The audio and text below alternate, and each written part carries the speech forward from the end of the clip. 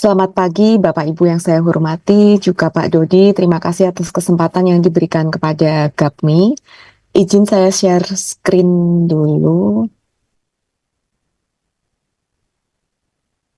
Hmm, Sudah terlihat ya Bapak Ibu? Udah Ibu. Oke, terima kasih sekali lagi Pak Uti. Izin saya akan sharing mengenai pangan olahan atau proses food sebagai alternatif pemenuhan gizi pada situasi bencana. Nah, tadi mungkin juga sudah banyak dibahas oleh narasumber-narasumber sebelumnya. Dan kita coba melihat bahwa dari segi resiko bencana, Indonesia menempati urutan kedua dari 193 negara pada World Risk Report di 2023.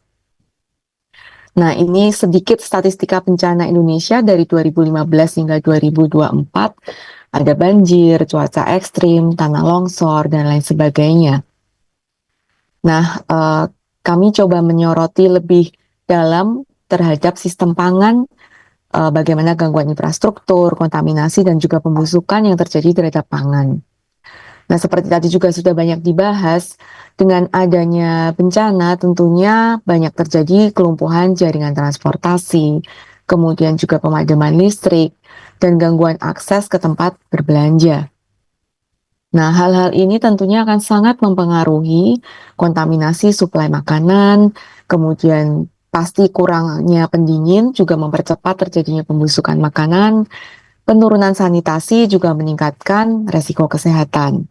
Padahal tentunya mereka semua tetap membutuhkan asupan makanan dan tentunya membutuhkan asupan makanan yang tetap aman karena food safety itu nomor satu.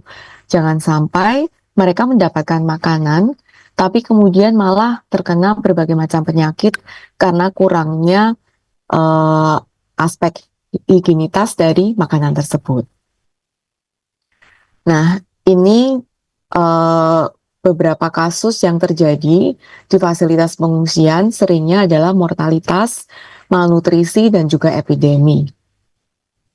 Nah, kami coba melihat kebutuhan nutrisi bagi korban bencana itu seperti apa. Tentunya secara singkat, tadi juga sempat disebutkan ya bahwa umur simpan makanan itu jadi satu aspek yang sangat penting.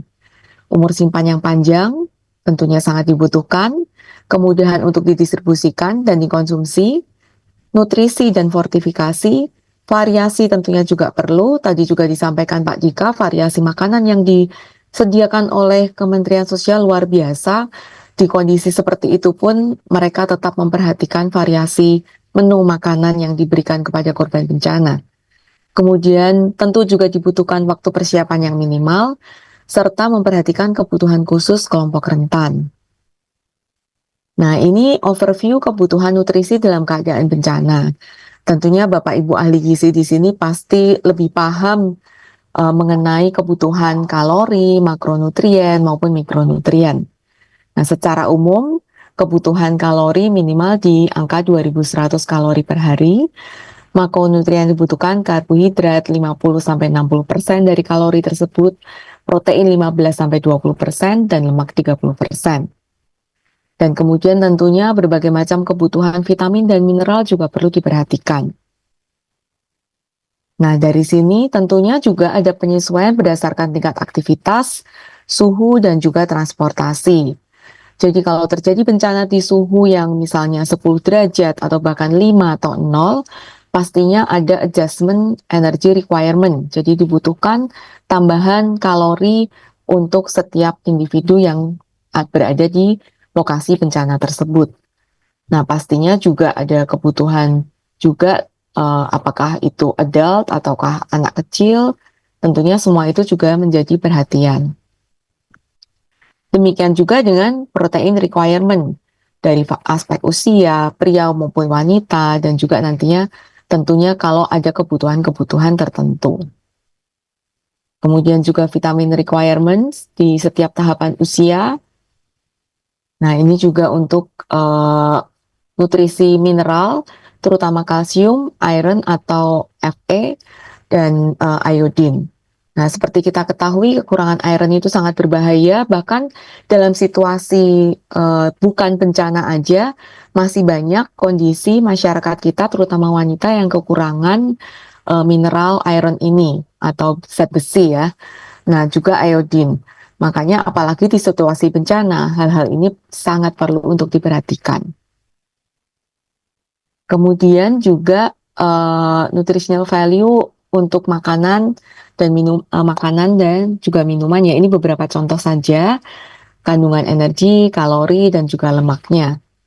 Yang tentunya bisa sangat seperti tadi yang disampaikan oleh Pak Dika pada saat mereka menyiapkan makanan, pastinya juga akan sangat terbantu jika ada ahli gizi yang melihat kalori, protein, fat, dan bahkan juga makro dan mikronutrisi lainnya. Nah, untuk makanan olahan dalam keadaan darurat bencana, tentunya akan mempunyai peranan yang cukup besar karena sebagian besar mempunyai umur simpan yang panjang, kemudian juga mudah distribusikan dan dikonsumsi, juga kebanyakan sudah difortifikasi dengan vitamin dan mineral, juga mempunyai variasi yang cukup banyak. Waktu persiapan biasanya juga lebih minimal dan juga ada makanan olahan yang sudah diperuntukkan khusus untuk kelompok rentan.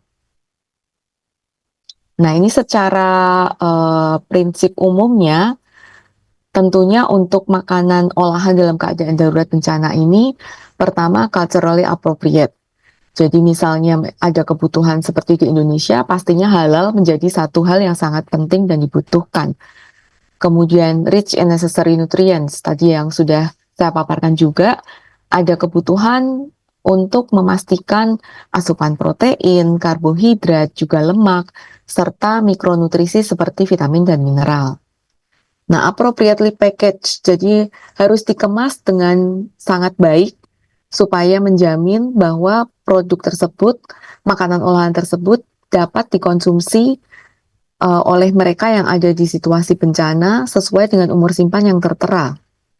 Kemudian familiar to affected population, ini juga jadi satu aspek yang penting karena kalau kita memberikan makanan yang tidak umum dikonsumsi oleh mereka yang saat ini ada di kondisi bencana, pastinya untuk mereka menyesuaikan diri mengonsumsi jenis makanan tersebut juga akan susah ya. Apalagi kondisi mereka sedang di situasi yang tidak mengenakan, gitu kan. Kemudian tentunya kita juga bisa melihat bahwa seperti tadi disebutkan oleh Pak Dika ya, mereka sudah menyediakan dapur umum, mereka menyediakan makanan yang dimasak di sana. Nah, untuk makanan olahan itu juga bisa menjadi pendamping. Tadi juga Pak Dika sebutkan, sebelum dapur umum bisa benar-benar berdiri dan berjalan dengan lancar, ada juga packaged food, tadi contohnya ada yang nasi dengan lauk, ada yang lauk saja, yang umur simpannya bisa bertahan 2 tahun. Nah, hal-hal seperti itu tentunya akan sangat membantu dari pangan olahan. Nah, kemudian juga kalau bisa juga maybe purchase locally, jadi bisa dibeli di area lokal tersebut. Nah, kemudian dari aspek packaging, kita melihat aspek yang pertama adalah protection potensial. Bagaimana kita memastikan bahwa kemasan ini memberikan proteksi keamanan pangan untuk makanan yang ada di dalam kemasan tersebut.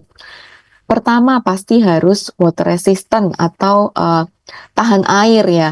Jadi kalau kemasan yang dikemas dengan kertas, karena sekarang cukup banyak makanan yang dikemas hanya dengan kertas saja. Nah, ini pastinya kurang cocok untuk situasi bencana. Karena seperti kita ketahui di situasi atau area bencana pastinya masih lebih banyak masalah ya, entah itu kena air, entah itu kena mungkin bukan banjir pun bisa ketetesan air dan lain sebagainya. Karena itu contohnya water resistant itu sangat penting.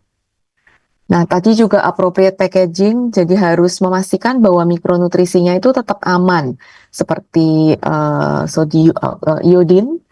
iodium di dalam garam, kemudian vitamin dan mineral dalam produk makanan ataupun minuman. Nah, itu juga sangat penting untuk diperhatikan. Itu ya, kemudian juga right packaging unit. Jadi perlu diperhatikan juga ukuran kemasan yang bisa didistribusikan dengan mudah itu yang seperti apa? Apakah per 5 kilo, apakah per 1 kilo, atau bahkan lebih kecil dari itu. Kemudian aspek yang kedua terkait dengan kemasan adalah labeling. sudah pasti harus menjadi kewajiban industri untuk melakukan labeling dengan tepat. Apalagi untuk mereka di situasi bencana, dan apalagi kalau situasi bencananya berlangsung cukup lama. Pastinya semua informasi yang ada di packaging ini harus ada dan harus tidak boleh mudah hilang, mudah terhapus ataupun mudah rusak selama penyimpanan khususnya di situasi dan area bencana tersebut. Jadi production date, umur simpan, nutritive value itu dan juga composition itu juga harus dipastikan tertulis dengan jelas dan tidak mudah terhapus ya, blur ataupun rusak selama penyimpanan. Kemudian juga instruksi untuk bagaimana cara mengonsumsi atau cara memasak makanan olahan tersebut. Kemudian aspek yang ketiga adalah disposal and environmental consideration. Nah, ini tentunya juga menjadi aspek penting di area bencana tersebut, juga harus memperhatikan kebersihan pastinya. Bagaimana sampah-sampah kemasan ini juga bisa dibuang dengan rapi dan tidak mengganggu dan tidak menambah polusi di area bencana tersebut. Kemudian aspek yang keempat adalah practical uses of packaging untuk populasi yang terkena bencana. Jadi tadi salah satunya juga sudah disebutkan tentang kemasannya harus seperti apa gitu ya, apakah per kilogram ataupun lebih kecil ataupun lebih besar. Nah, kalau ini lebih melihat apakah bisa kemasan yang digunakan untuk pangan olahan ini digunakan ulang. Contohnya, oil container, tempat minyak, mungkin setelah dicuci dibersihkan, bisa digunakan untuk tempat air bersih, air minum bersih. Itu salah satu contohnya. Dan juga mekanisme di sana bagaimana mendistribusikan dengan mudah itu akan mempengaruhi juga packagingnya harus seperti apa. Baik, ini dari aspek kemasannya. Nah, ini juga salah satu contoh pengemasan yang kompak pastinya mempermudah produk makanan untuk diangkut dan distribusikan di daerah terdampak. Kemudian ini juga makanan olahan yang sudah terkemas dan siap untuk disantap menjadi alternatif sumber makanan jika fasilitas memasak masih terbatas seperti yang tadi disebutkan oleh Pak Dika ya.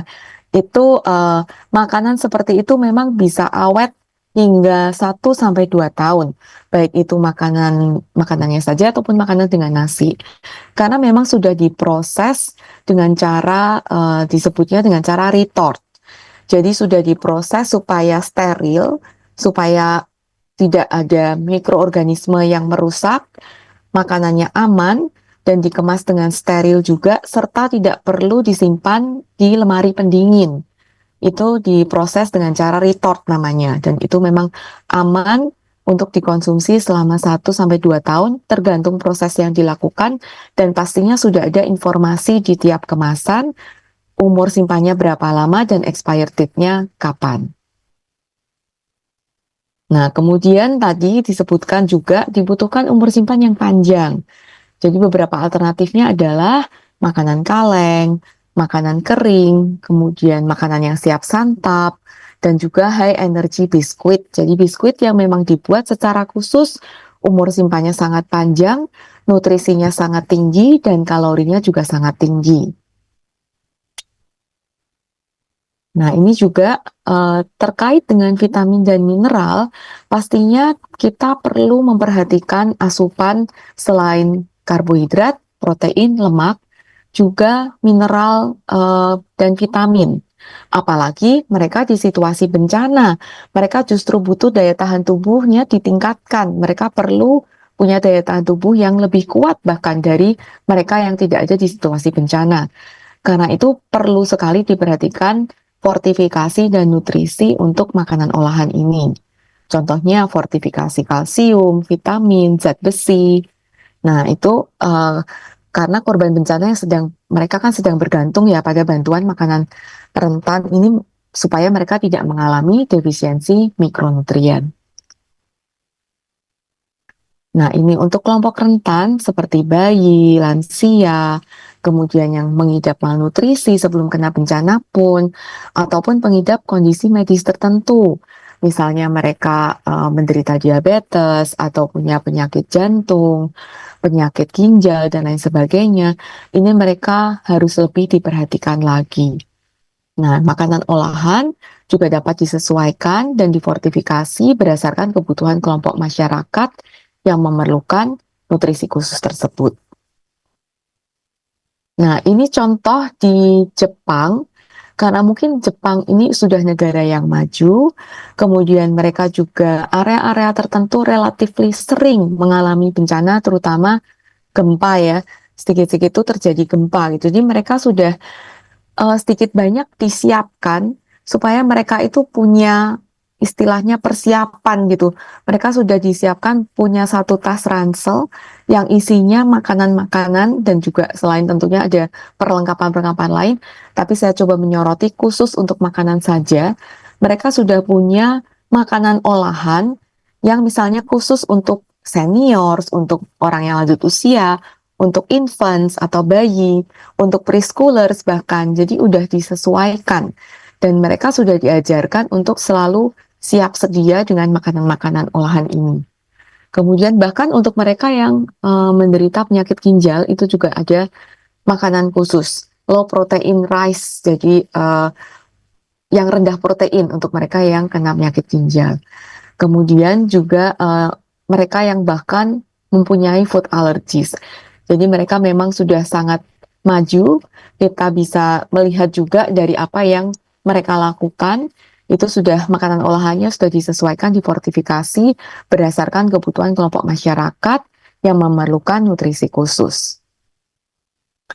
Nah, kita coba melihat makanan olahan sebagai bagian kesiapsiagaan bencana. Tentunya edukasi untuk area-area yang kita sudah tahu, Bapak Ibu yang lain pastinya lebih ahli, area-area yang memang rentan untuk terjadi bencana itu di mana saja. Mungkin kita bisa menyiapkan supaya mereka juga siaga dengan berbagai macam makanan makanan olahan yang bisa mereka jadikan apa ya persiapan ya. Tentunya kita tidak mengharap itu terjadi, tapi tidak ada salahnya itu disiapkan. Itu tentunya akan membantu juga Kementerian Sosial dalam menghadapi bencana ini.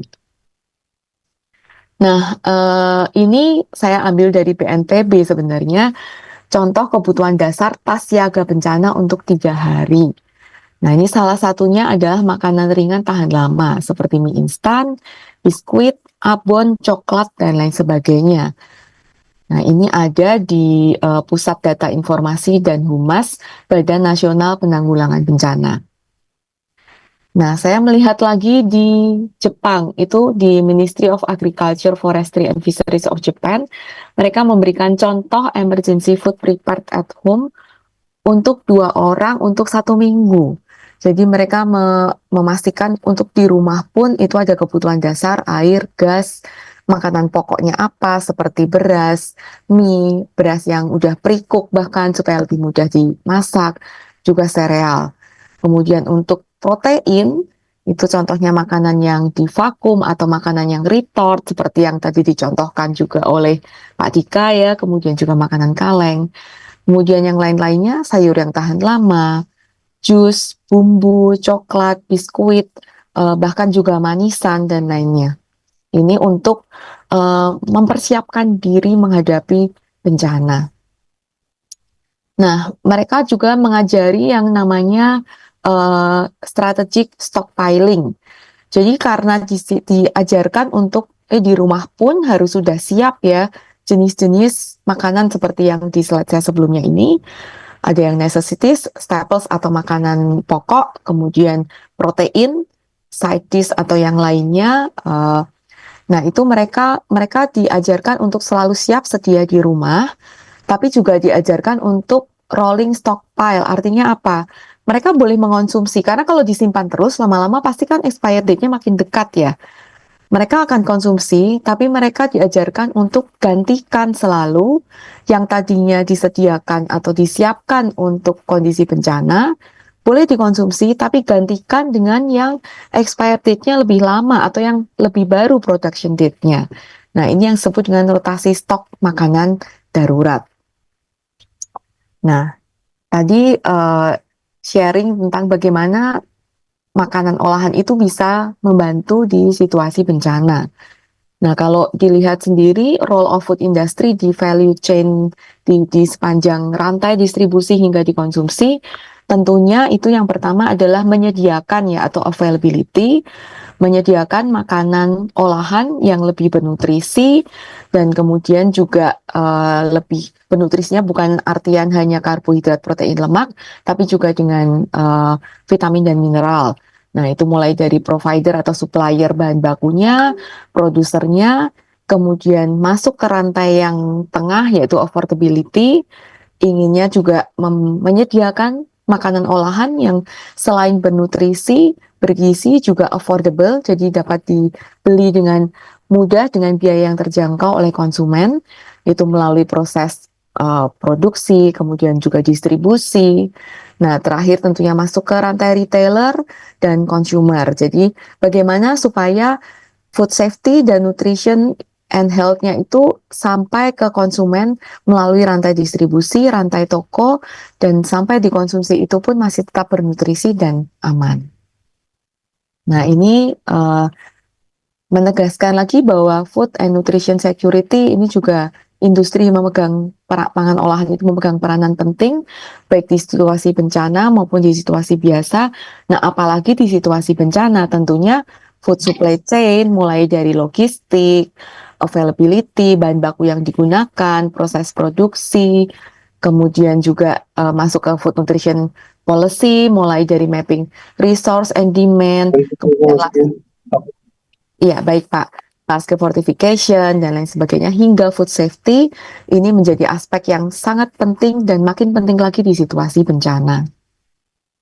Nah, slide terakhir saya ini mengenai bagaimana peranan industri makanan olahan di situasi bencana itu juga menjadi bagian dari Sustainable Development Goals, di mana meskipun ada situasi bencana harus cepat bisa ditangani dan food industri yang memproduksi pangan olahan ini bisa membantu dari sisi jangan sampai terjadi kelaparan, kemudian aspek kesehatan dan well-being-nya tetap bisa terjaga, dan industri pastinya tetap akan berinovasi dengan memperbaiki infrastruktur dan responsible consumption and production. Baik, itu saja dari kami. Saya kembalikan ke moderator. Silakan Pak Uti. Terima kasih Bu Susana. Wah, bagus sekali Bu. Bahan presentasi dan bahasan Ibu. Kami senang ini dan kami ingin seperti ini juga. Khususnya DPP Persagi dan Gizi kami seluruh Indonesia. Karena tantangan kita ke depan harus kayak gini ya Bu ya. Memang kita tuh agak terlambat. Kalau di luar, kita kan pernah Bu keluar di mana suhunya ya minus 2 sampai minus 4, tantangannya lain dan butuh seperti ini. Jadi nggak mikir masalah energi, protein dan lemak, memang mineral perlu. Samping itu memang proteinnya lebih standar di Indonesia sama di tempat yang lebih ekstrim, tentu akan kita sesuaikan lagi. Tapi inilah kami bersyukur nanti Ibu ke depan bisa kami membantu kami atau kami minta kerjasama ya Bu ya. Bagaimana nih kita Pasti Pak. membuat ya pas terjadi bencana 3 hari pertama kita turun makanan yang udah siap makan. Tapi beda misal dengan yang TNI, beda dengan yang polisi, tapi ada bentuk ya, kami misalnya Gizi bekerja sama dengan dari dunia usaha, dunia industri seperti itu. Baik Ibu, kita mau masih ada waktu Ibu, cukup banyak waktunya sampai jam 10.25, jadi ada 20 menit. Mudah-mudahan teman-teman kita silakan Bapak Ibu, ini banyak Bapak Ibu dosen dari seluruh Indonesia ya. Silakan. Sehingga adik-adik kita lebih paham kita mampu mengembangkan ini. Silakan yang mau bertanya.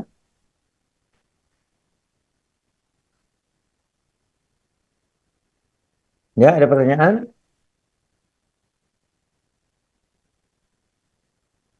Di chat belum ada sepertinya Pak. Iya. Ah, ini bagus loh yang Ibu ini ya. Silakan cepat untuk apa yang ada aja yang ada di kepala kita kayak yang gini. Kadang-kadang kita mau nanya tuh suka ragu-ragu ya. Tanya aja langsung ya, seperti itu. Boleh bertanya, boleh Ah, memberikan ide, ya boleh ide memberikan ya, masukan juga. artinya komentar ya. Nah, ini ada nih. Ada. Izin Pak Uti, Ya, silakan, ya, Pak saya Iwan, Pak Iwan. ya. Wah, mangga Pak Iwan.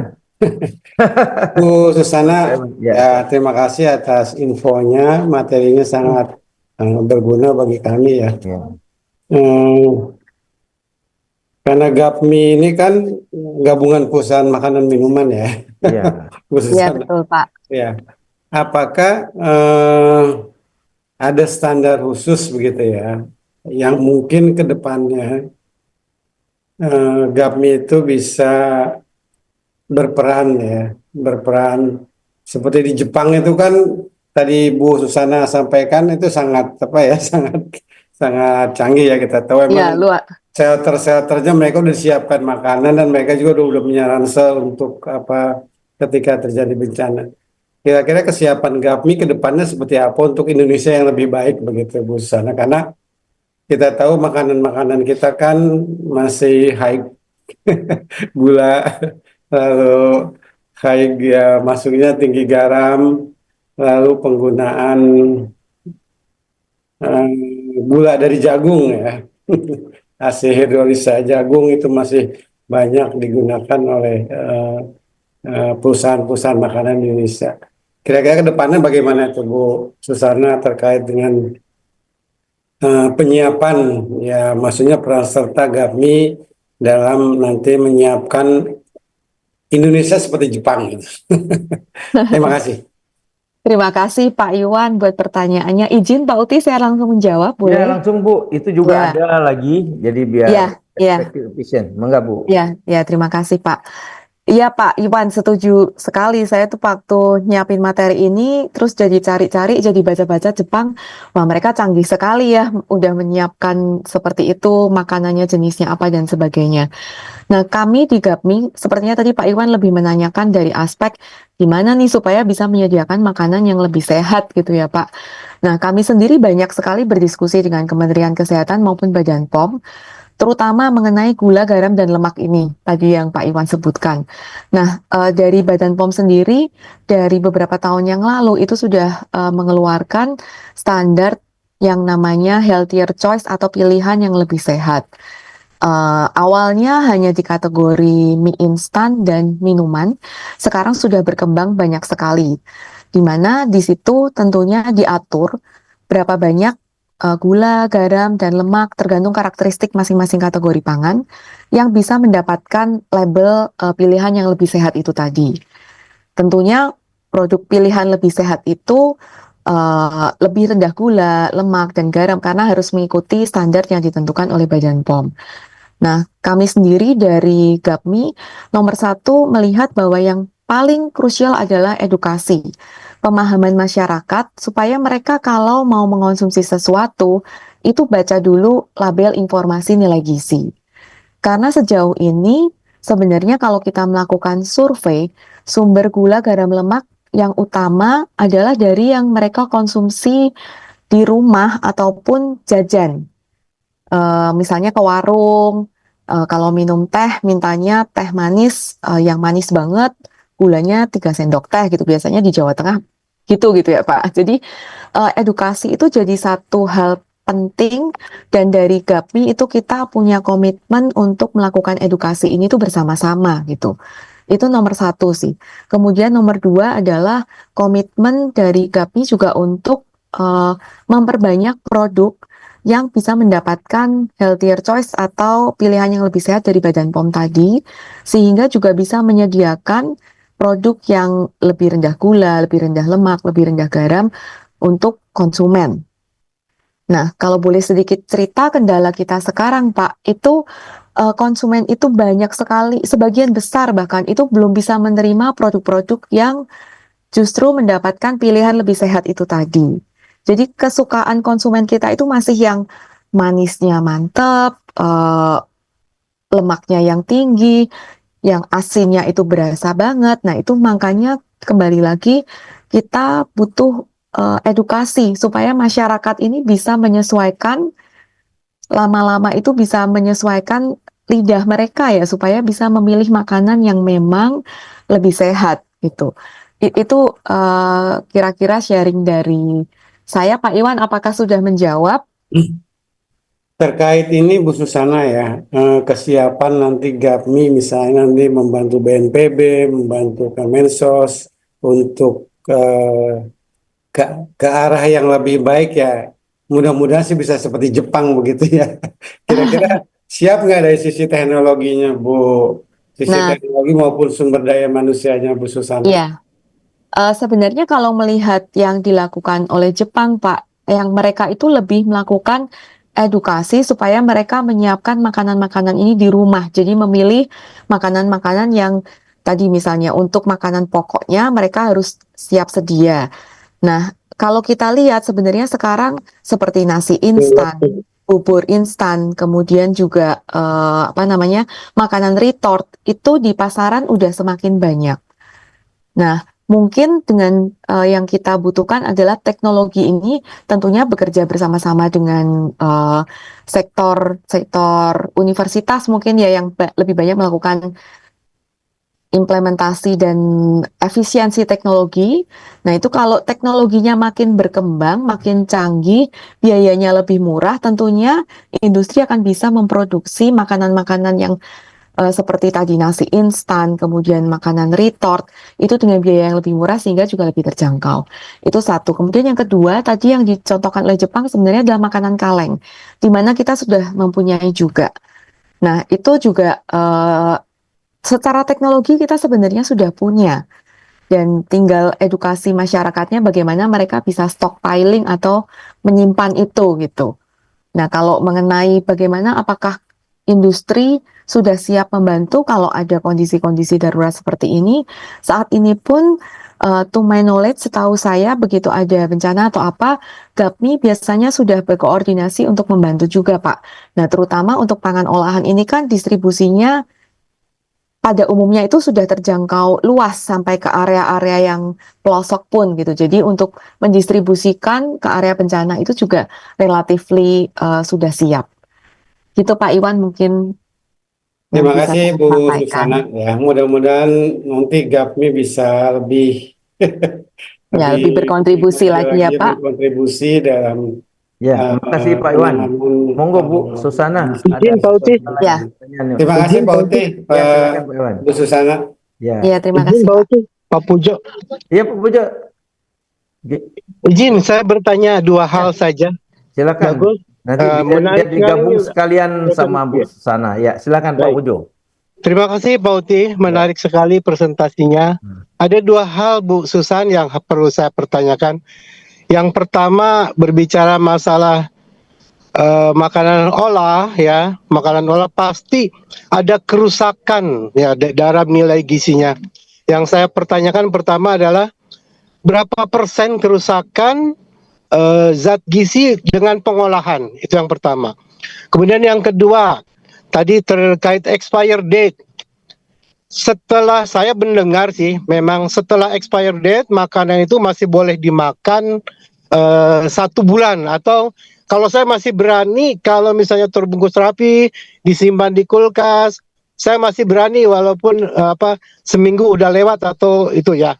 Tapi yang seharusnya adakah nilai setelah expire itu masih bisa dikonsumsi itu berapa hari atau berapa hari gitu. Itu aja Pak. Itu aja Pak Uti. Bu Susan, terima kasih atas Ya, jawaban. makasih Pak Pujo. Ini Wassalamualaikum. nanti Bu Susana Ya, baik. bisa digilas langsung Ya, baik. Baik, silakan. Siap. terima kasih. Ya, Ya, terima Pak kasih Pak Uti. Pujo. Ya. Terima kasih Pak Pujo atas pertanyaannya. Yang Ya. pertama, seberapa turun zat gizi atau nutrisi yang ada di makanan setelah melalui proses olahan? Nah, itu tergantung dari masing-masing proses olahan, Pak. Saya tidak bisa mengeneralisir, karena misalnya ada proses yang namanya UHT, Ultra High Temperature. Itu kerusakan atau penurunan nilai gizinya itu minimal sekali. Itu minimal sekali. Dan kemudian untuk proses yang misalnya pengeringan itu juga tergantung suhu yang digunakan. Nah, biasanya untuk food industry yang sudah established, kita akan melihat seberapa penurunan misalnya apakah vitamin mineralnya turun. Nah, itu bisa dikembalikan lagi dengan fortifikasi atau penambahan pada saat misalnya mixing terakhir. Jadi tanpa terkena pemanasan. Itu Pak, jadi maaf kalau untuk penurunannya berapa persen, itu tergantung sekali dengan jenis makanan dan proses produksi yang dilakukan, jadi tidak bisa digeneralisir. Jadi kembali lagi, karena setiap packaged food, pangan olahan, itu sekarang sudah diwajibkan untuk seperti apa, berapa proteinnya, berapa karbohidrat, berapa lemak, berapa vitamin mineral, itu semua tertulis di informasi nilai gizi. Gitu, karena bisa ditambahkan melalui fortifikasi. Kemudian pertanyaan Pak Pujo yang kedua, kalau sudah expired, apakah produk makanan ini boleh dikonsumsi? Sebenarnya kalau kita bicara expired date, Pak, jadi pada saat expired itu harusnya ya 1-2 hari sih nggak apa-apa, tapi harusnya itu tanggal yang diambil oleh produsen untuk tidak dikonsumsi lagi. Jadi begitu udah expired, idealnya tidak boleh dikonsumsi lagi. Nah, beberapa regulasi di luar negeri, di kita masih dalam diskusi, itu menggunakan istilah yang namanya best before. Jadi paling baik dikonsumsi sebelum tanggal berapa. Nah, kalau mengenai tanggal yang digunakan adalah best before, itu betul seperti yang disampaikan oleh Pak Pujo. Setelah melewati tanggal best before, itu masih boleh digunakan atau dikonsumsi. Nah, kembali lagi, jenis makanan yang berbeda itu juga beda. Sampai berapa lama setelah best before, makanan ini boleh dikonsumsi. Makanan yang dalam bentuk kering misalnya, pastinya punya toleransi yang lebih panjang. Gitu. Semoga sudah menjawab ya Pak Pujo. Mungkin saya langsung menjawab pertanyaan yang pertama ya Pak Uti. Ya. Kita ada waktu 7 ya. menit lagi Bu ya, baik. Kami mempunyai banyak penelitian mahasiswa produk makanan bencana dengan pangan lokal berbagai daerah di Indonesia. Bagaimana kami bisa mengembalikan dan mengembangkan produk tersebut ke industri?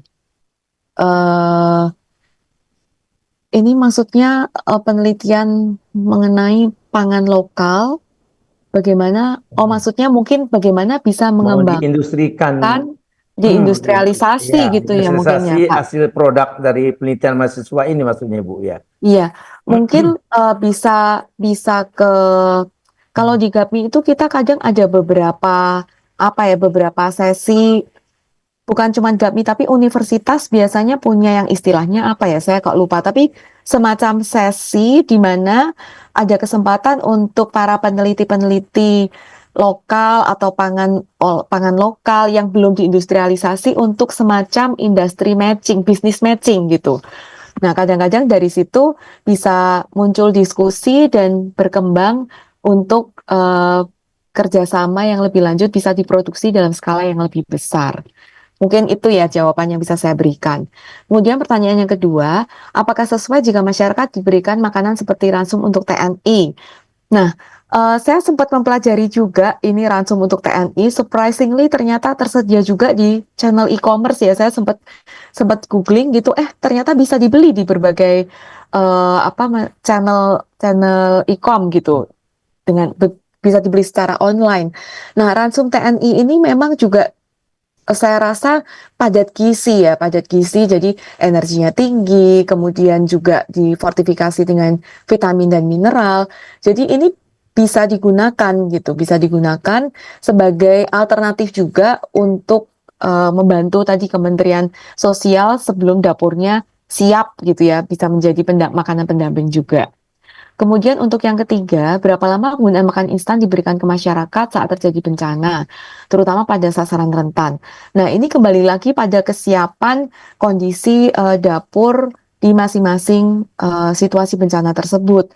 Tapi saya rasa sebenarnya makanan instan itu juga bisa disiapkan sehingga padat nutrisi. Jadi yang disebut kadang-kadang kita itu punya konotasi negatif terhadap makanan instan ya, kesannya makanan yang tidak ada nilai nutrisinya. Padahal sebenarnya kalau diperhatikan itu tetap menghasilkan energi yang dibutuhkan terutama pada situasi bencana, juga ada kandungan karbohidratnya, proteinnya, dan apalagi yang sudah difortifikasi dengan vitamin dan mineral. Jadi sebenarnya tidak ada batas harus dibatasi berapa lama ya penggunaannya. Harusnya itu tidak ada batasnya. Yang penting diperhatikan asupan nutrisi sehari-harinya dan seperti misalnya saya tahu beberapa makanan instan itu memang tinggi gula, tinggi garam. Nah, itu yang harus diperhatikan. Jadi mungkin dalam satu hari ya jangan terus-menerus mengonsumsi yang tinggi garam dan tinggi gula. Karena pastinya itu juga akan memberikan dampak yang kurang baik untuk kesehatan. Kemudian pertanyaan yang keempat, semua pihak beritikat baik memberikan usaha yang baik memberikan kondisi bencana. Jepang hebat. Nah, di kita mungkin jangan sampai dengan penggunaan bahan-bahan makanan yang instan atau olah ini menjadikan masyarakat berpikiran ke depannya akan mencari barang tersebut meski tidak dalam bencana. Artinya PR bersama adalah tetap meyakinkan masyarakat bahwa pangan alami tetap lebih baik, apalagi jika memang dapur umum sudah berdiri dengan siapnya. Ini mungkin masukan ya dari Ibu Lia Yuliani.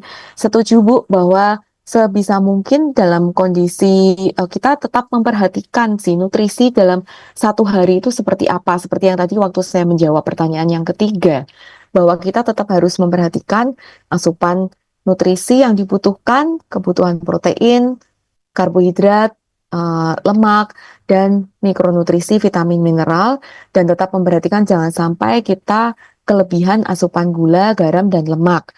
Tapi perlu diingat juga bahwa saat ini dari studi yang ada, itu asupan gula, garam, lemak itu justru berlebih dari makanan sehari-hari yang disiapkan oleh konsumen sendiri, baik makanan di rumah ataupun jajan di warung. Jadi bukan makanan instan pun, mereka tetap bisa kelebihan asupan gula, garam, dan lemak. Karena itulah kita melihat bahwa edukasi masyarakat untuk memahami asupan gula, garam, dan lemak ini dari mana dan seperti apa, itu yang sangat penting untuk saat ini. Mungkin itu yang bisa saya jawab, Pak Ukti. Semoga sudah menjawab semuanya. Terima Ya, kasih, terima Pak. kasih Bu Susana ya. Dan terima kasih kepada semua peserta kita yang antusias bertanya. Ada 6 atau 7 pertanyaan yang sudah dijawab semua. Kalau dikasih waktu saya rasa masih bisa lagi bertanya, tapi waktu kita tinggal 2 menit. Kita cukupkan sampai di sini. Nah, Ibu Susan juga dari tadi cukup banyak sekali yang bicara ya, dari presentasi dan menjawab pertanyaan. Kami ucapkan terima kasih Bu Susan yang sudah Sama-sama, Pak memberikan Ukti. ini sangat berharga dan mudah-mudahan nanti kita bisa kerja sama kembali Ibu ya. Makasih Ibu. Oke, Pak. Terima Kita kasih, tepuk tangan ya Pak. Bu untuk Bu Susan ya. Amin.